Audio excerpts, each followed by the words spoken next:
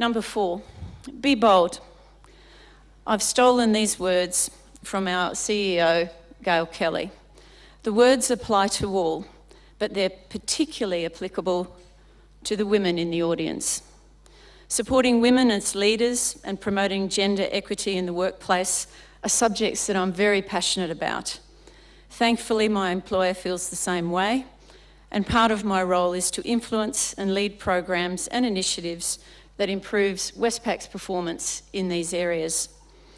Last month, Westpac marked the 100th anniversary of International Women's Day, and we celebrated that with a publication called The Power of 100. It's a timely reminder of the Australian women who have helped shape our nation. For a moment, let's look back over those last 100 years. We've made some real progress, and there are landmarks in the period that each one of you will recall, landmarks that directly affected us.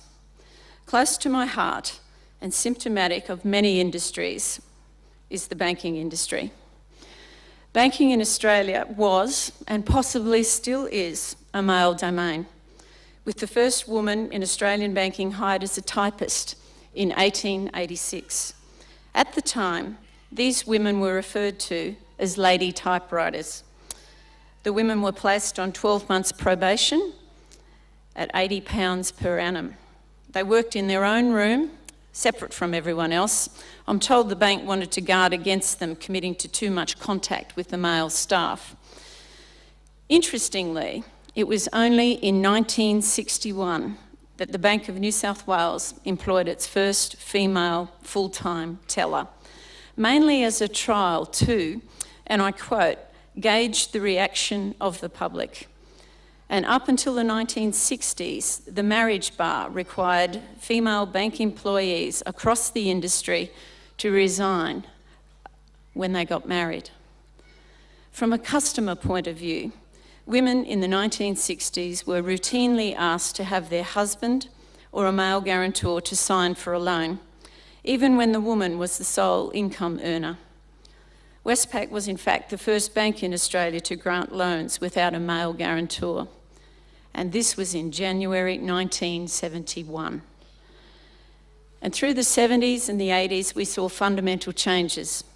They were decades of immense social change.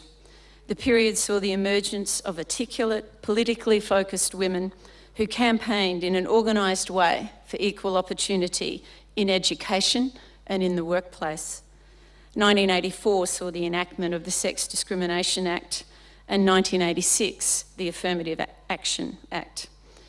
Today we have a female Prime Minister, a female Governor-General, a female CEO of one of our major banks, paid parental schemes, and corporate governance standards on gender diversity for listed companies.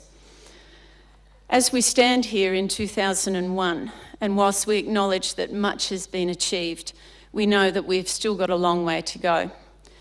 It's interesting to note that in terms of the Global Gender Gap Report issued in January of this year, in the area of educational attainment for women, Australia rates as joint number 1. But in the important area of the participation rate of women aged 25 to 34 in the workforce, we rate the 10th lowest in the OECD. Educated women are expected to earn 45% less than an educated man over a lifetime. And she will have substantially less superannuation savings, 55% less, in fact. 80% less if she takes time out of the workforce to have children. Not surprisingly, it follows that Australian women are 2.5 times more likely to live in poverty in old age. So we have a way to go. And you can change some of these statistics. The choices you make in life and your career will help determine how long that journey will be. For the men graduating today, if you want your partners, your friends, and your daughters to attain equality in the workplace, my advice is to be the kind of colleague and leader that they would be proud of. Make choices that build better workplace cultures by promoting respect, dignity and equity. For the women graduating today, my advice is to have a go and be bold, particularly when you're considering your next career step.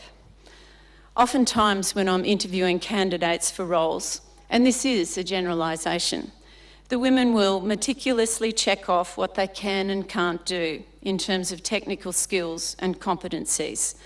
Oftentimes they will then decide not even to apply for roles that are well within their reach. Men have no such inhibitions. They clearly state that regardless of whether there's any evidence of possessing the requisite skills, they're ready, and they're ready right now. And they're the best person for the role. To the women, there is no downside risk to apply for big roles. The worst thing that can happen if you're unsuccessful is to have a bruised ego. I encourage you to aim high, be bold, and have a go. My advice for the men and women graduating today, particularly those who may be returning to live and work in rural and remote communities, is that information and technology are your friends. I'm sure you all know better than me. The tyranny of distance is no longer the barrier to communication and networking. Use your digital footprint to engage, to share, and to learn. Number 5, build resilience. Knowledge, experience, and the planets all aligning just aren't enough sometimes. You will attempt to do things and you will fail, and that's okay. It's important to learn from your mistakes, seek advice and support from people you trust, and don't lose your sense of humour. It's easier said than done. However, to make a mistake is not always a failure. It's also an opportunity to learn. Number 6, learn to work with and through people. In business, there's lots of talk about managing people, but not as much about developing skills that encourage you to work with and through people. Social researcher Hugh Mackay says the desire to be taken seriously is one of the things that makes human beings tick. He says that it is the desire for respect of others to be noticed, to matter, to be appreciated, and to be valued as a person. No matter how good you think you are, you cannot do great things alone. Working with and through people means to listen, to build rapport, ask for advice, and attempt to understand different points of views before making decisions. As Billie Jean King once said, find a mentor and be a mentor. Give back. Number 7, say thank you. It doesn't matter whether you're male or female, a baby boomer, or a member of generations X, Y, or Z. Common courtesy never goes out of fashion. Kindness is a choice. Saying thank you in person, on the telephone, with a handwritten note speaks volumes for your values and your personal integrity. You'll be amazed at the knock-on effect of being genuinely grateful and humble. It develops a great reputation, which in business, at any time or place, is priceless. So in conclusion, let me congratulate you again on your successes to date, a combination of your gifts and your choices. You have many challenges ahead that will test your abilities to make good choices. Recovering from natural disasters such as floods, droughts, and earthquakes, climate change, making the transition to a low-carbon economy, addressing social inequality, and the continuing revolution in digital communication and social networking technologies. I have every confidence in you as the next generation of business leaders to make wise choices, solve problems, adapt to change, and leave the world the gift of a better place. Congratulations. Thank you and good luck.